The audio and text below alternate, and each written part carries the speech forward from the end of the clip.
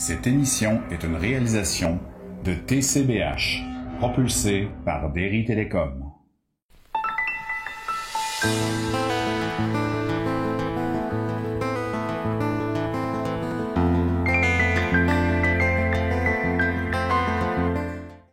Bonjour et bienvenue.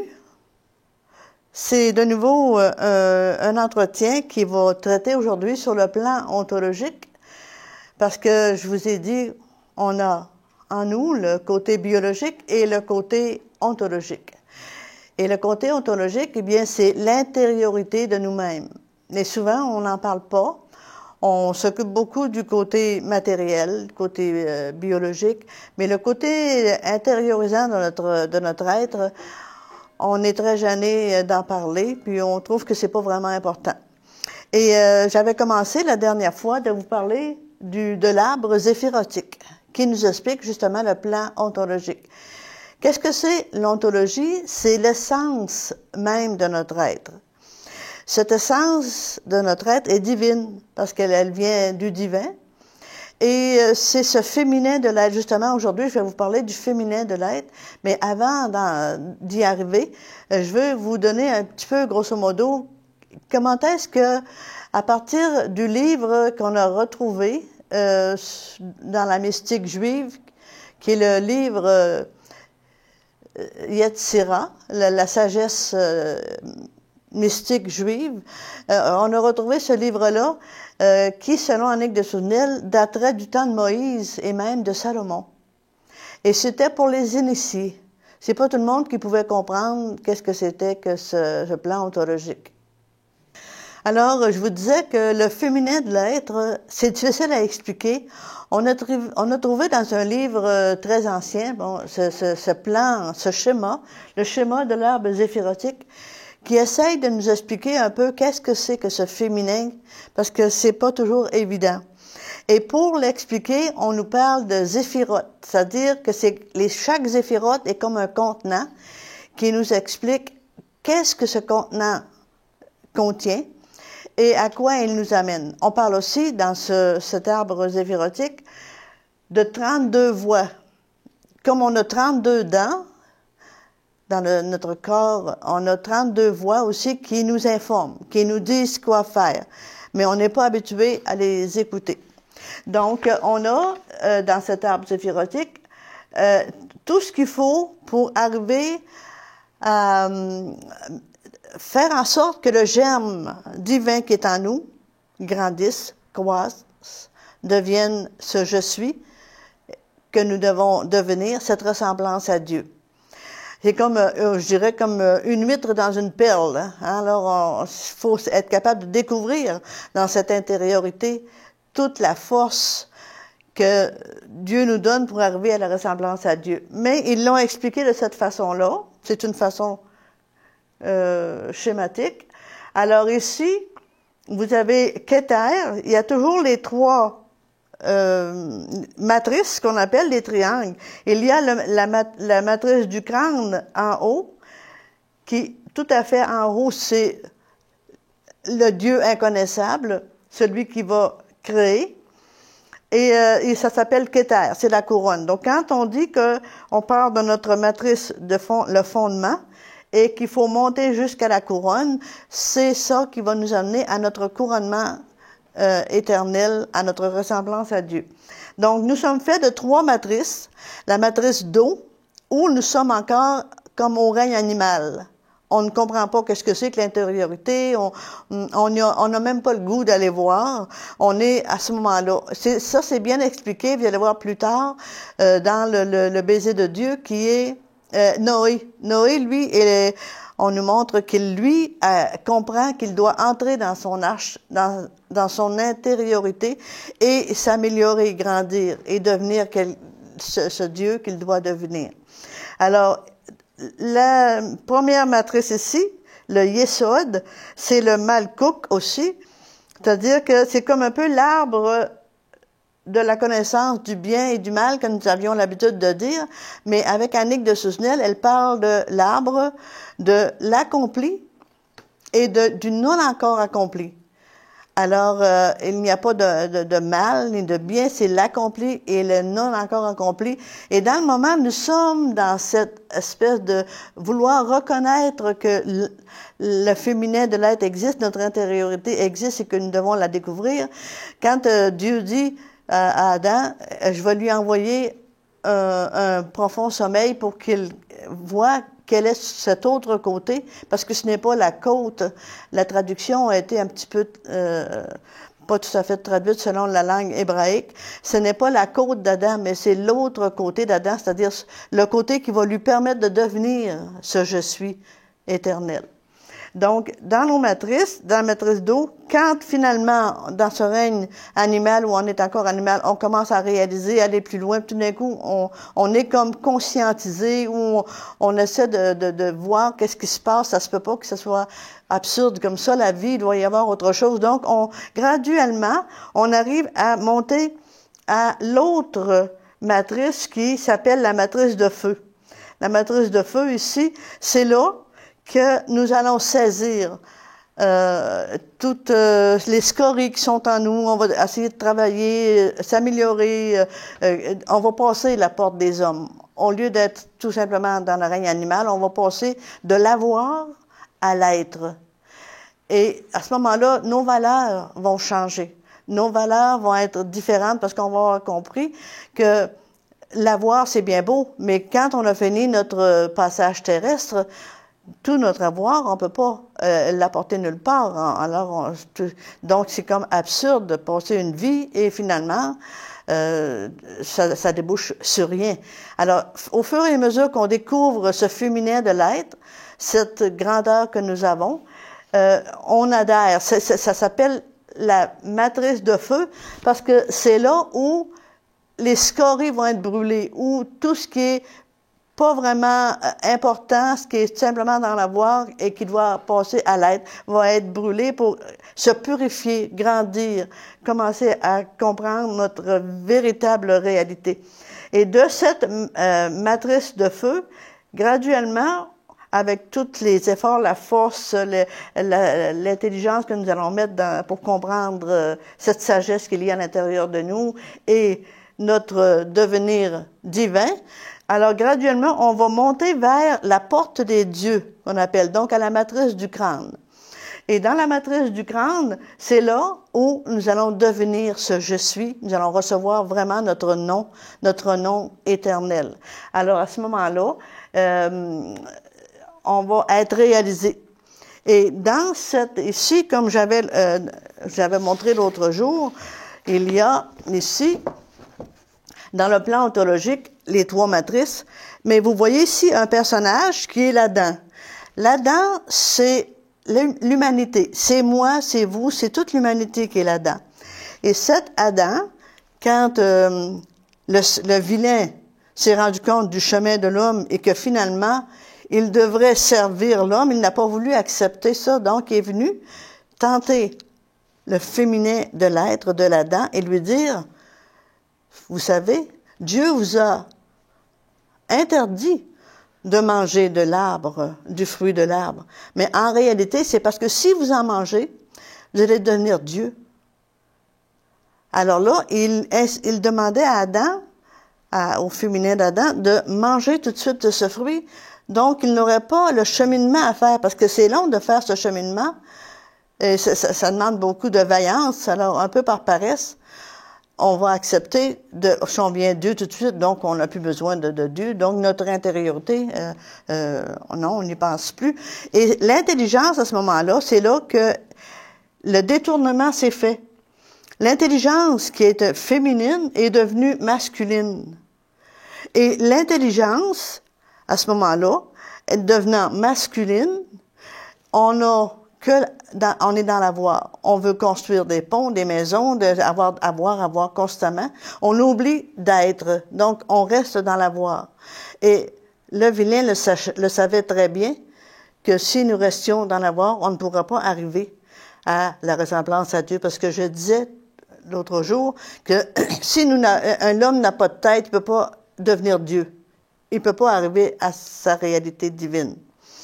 Donc, ce détournement va falloir qu'elle se fasse graduellement. Et quand on dit que Dieu a envoyé un profond sommeil à Adam, c'est nous, ça. L'Adam, c'est l'humanité. Donc, ce profond sommeil, nous sommes en train de le vivre, ce profond sommeil d'Adam. Nous sommes en train de le vivre et essayer de comprendre qu'est-ce que c'est que ce féminin qui est une aide. Parce que Dieu dit, je vais lui envoyer une aide. Parce qu'auparavant, Dieu avait demandé à Adam de nommer chacun des animaux. Et Adam nomme chacun des animaux, mais il n'y en a pas un qui pourrait pas l'aider à devenir ce qu'il doit devenir. Donc Dieu lui dit, je vais lui envoyer une aide. Et cette aide, c'est justement cet autre côté de lui-même, qui veut dire qu'il n'est pas seulement biologique, mais il est aussi ontologique, d'essence divine. Et c'est ça qui va l'amener à sa divinité. Alors, l'intelligence qui a été détournée par le vilain, va falloir que graduellement, on détourne, qu'on revienne à l'intelligence féminine, donc de l'avoir, passer de l'avoir à l'être. Et quand nous vivons des choses comme maintenant, les pandémies, ou des difficultés, des épreuves, quelles qu'elles soient, ça vient nous sonner un peu, ça vient nous aider, nous faire comprendre que oui, c'est beau d'avoir, mais il y a plus que ça. Et ça vient nous aider comme de s'intérioriser et comprendre qu'est-ce que c'est que notre réalité, vraiment. Donc ici, je remets vous avez dans un livre de Omram Mikhaël Aïvanov, ça s'intitule « De l'homme à Dieu ». Il explique très bien toute la façon que ça fonctionne ici. Il l'explique très bien, qu'il serait beaucoup trop long de vous expliquer ici, mais si vous voulez vous procurer ce livre-là, donc vous allez comprendre que chaque zéphyra, il donne comme un ange qui va s'occuper de chacune des zéphyras. Il va y avoir aussi des planètes, il va y avoir, mais au fond, qu'importe le nom de l'ange et tout, c'est Dieu qui prend des noms différents. C'est toujours Dieu qui est qui est en contrôle. Et nous avons comme quand Marie, Dieu lui a dit par l'ange, veux-tu être mère de Dieu? Elle n'a pas trop compris, mais elle a dit oui, si c'est ça sa volonté, je viens pour faire sa volonté. Donc c'est un petit peu ça. Marie est comme notre archétype, notre modèle en réalité. Et quand Dieu se fait chair, il se fait chair ontologique. Hein, parfois, j'entends des gens qui vont dire, ben Dieu, on est à la ressemblance de Dieu, mais quand on voit des gens qui sont pas vraiment selon ce qu'ils devraient être, bon, on dit, est-ce que Dieu ressemble à ça? Il faut toujours penser que quand Dieu se fait chair, c'est dans la chair divine, la chair ontologique de notre être, ok? Le côté biologique et ontologique. Donc ici, il y a la force, tout ce qui est en nous, l'intelligence, la sagesse. Ici, ça représente le Père. Bina, c'est l'intelligence, représente la Mère. Et toutes les autres forces, Géboura, c'est comme une force qu'on a pour lutter, pour défendre nos valeurs. Ici, le divin entre le soleil ici, qui est symbolisé dans le corps humain par l'ombilique. C'est le soleil. C'est un petit peu comme un mont, comme le mont Sinaï où Moïse a reçu les lois de Dieu. Il a reçu pour commencer les premières lois de Dieu qui étaient beaucoup plus près de notre réalité intérieure. Mais quand Moïse est descendu du Sinaï et qu'il a vu les gens qui n'étaient pas prêts, au lieu d'être évolués, ils étaient involués. Ils n'étaient pas prêts alors ils adoraient le veau d'or. Ils étaient encore dans l'avoir. Puis ils adoraient le veau d'or. Alors Moïse, on dit dans la Bible qu'il a jeté les pierres qu'il avait reçues, il les a cassées. Et il est remonté vers Dieu, vers Yahvé. Puis il a dit, mon peuple n'est pas prêt. Il n'est pas encore prêt pour recevoir. Alors, Yahvé lui a remis d'autres lois, mais plus sévères. C'est comme ça que si graduellement on avance vers notre intériorité, les lois vont être de moins en moins sévères et vont être beaucoup plus collées à notre réalité divine. Si parfois on a des lois sévères, c'est parce que on dirait qu'il faut commencer par le bâton pour comprendre des choses, puis graduellement, si on a saisi, on peut aller plus doucement. Alors Dieu a dû lui donner des lois plus sévères pour prendre le peuple là où il était, encore dans la voie. Alors, graduellement, pour l'amener à réaliser. Et quand on réalise cette richesse, ce potentiel énergétique incroyable qu'on a en nous, à partir de ce féminin de l'être qui nous habite, à ce moment-là, il y a une joie immense. C'est pas une joie comme une joie mondaine, c'est une joie profonde qui nous assure, qui nous rassure, qui nous dit, oui, on s'en va vers notre véritable réalité divine. C'est ça qui donne un sens à notre vie. Autrement, on ne trouve pas le sens de notre vie si on reste dans la voie. Mais si on est capable graduellement de réfléchir, de s'intérioriser, se conscientiser, de se verticaliser, on arrive à comprendre où on s'en va. Et le véritable sens de notre vie à ce moment-là nous apparaît évident. Et c'est pour ça qu'on est ici. On est de passage. Un peu comme un enfant qui est dans le ventre de sa mère. Ben, si on est rendu au 9 mois, l'enfant doit sortir. Alors, c'est la même chose pour nous. On se prépare à la naissance. Quand on est rendu à tel degré d'évolution et qu'on est rendu à notre mort, en réalité, c'est une naissance. On passe dans un autre espace de lumière, mais on ne le sait pas. Il y a personne qui revient pour nous l'expliquer. On recule pas. C'est comme tu ne demandes pas à l'enfant de reculer dans le sein maternel. On avance toujours vers notre réalité divine. Alors, c'est pour ça que je peux pas vous expliquer tout ce qui peut se trouver dans plusieurs livres de l'arbre de Zéphiroth. Mais une chose qui est importante de comprendre, c'est que si vous vous intériorisez, vous vous conscientisez, vous arriverez à passer de la voie à l'être. Et c'est là que vous allez comprendre quelle merveilleuse réalité on va vivre. On va être couronné. C'est là qu'on s'en va. On va devenir un avec Dieu, un seul être. L'humanité, l'Adam, quand on parle de l'Adam, c'est vous et moi, c'est toute l'humanité qui s'en va vers cette grandeur divine. Alors, c'est ainsi, je vais poursuivre tout à l'heure avec le féminin de l'être pour vous expliquer que dans la Bible, il y a toutes sortes de mythes, d'histoires, et souvent on est porté à croire que les mythes, ben c'est du passé, c'est des vieilles histoires. Non, parce que si on regarde ça au niveau historicité, bien sûr qu'on va dire que ça nous concerne plus, mais c'est des méta-histoires, c'est-à-dire que les mythes sont là pour nous faire comprendre, nous révéler à nous-mêmes. Comme vous allez souvent voir dans ces femmes dont que je vais parler tout à l'heure, elles sont stériles. Presque toutes les femmes, on commence avec Sarah, Abraham, que ce soit Rebecca, elles sont stériles. Pourquoi? C'est pour montrer que tant qu'on est dans la matrice d'eau, on est stérile. On ne peut pas arriver.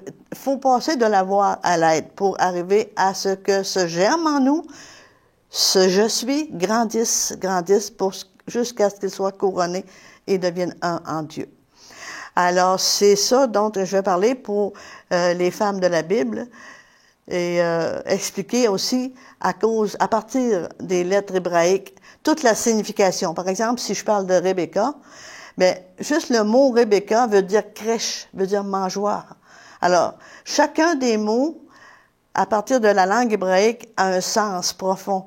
Mais c'est sûr qu'il faut connaître un peu la langue hébraïque, mais je vous le dis au fur et à mesure. Annick de Souzenel, elle a étudié cette langue hébraïque d'une façon extraordinaire, surtout à partir de ce qu'on a trouvé dans les grottes de Qumran en 1943.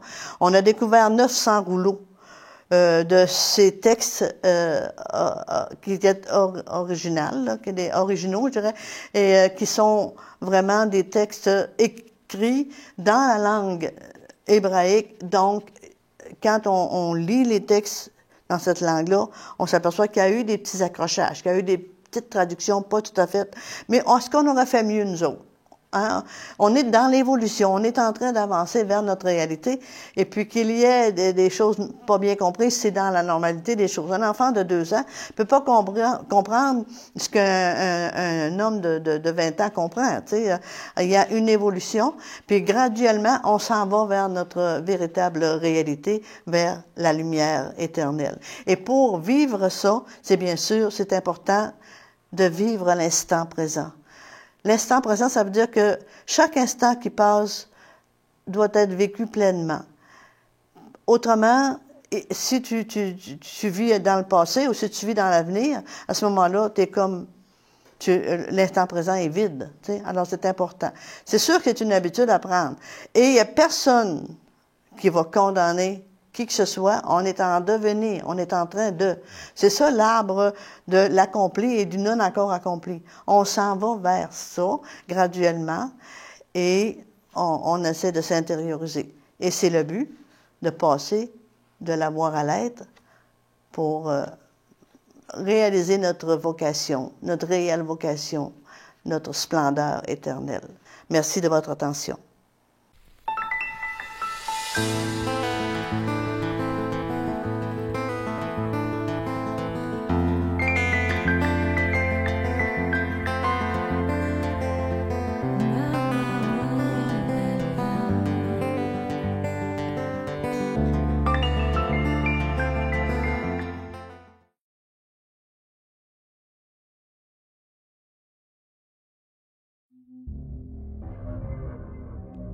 Cette émission est une réalisation de TCBH, propulsée par Berry Télécom.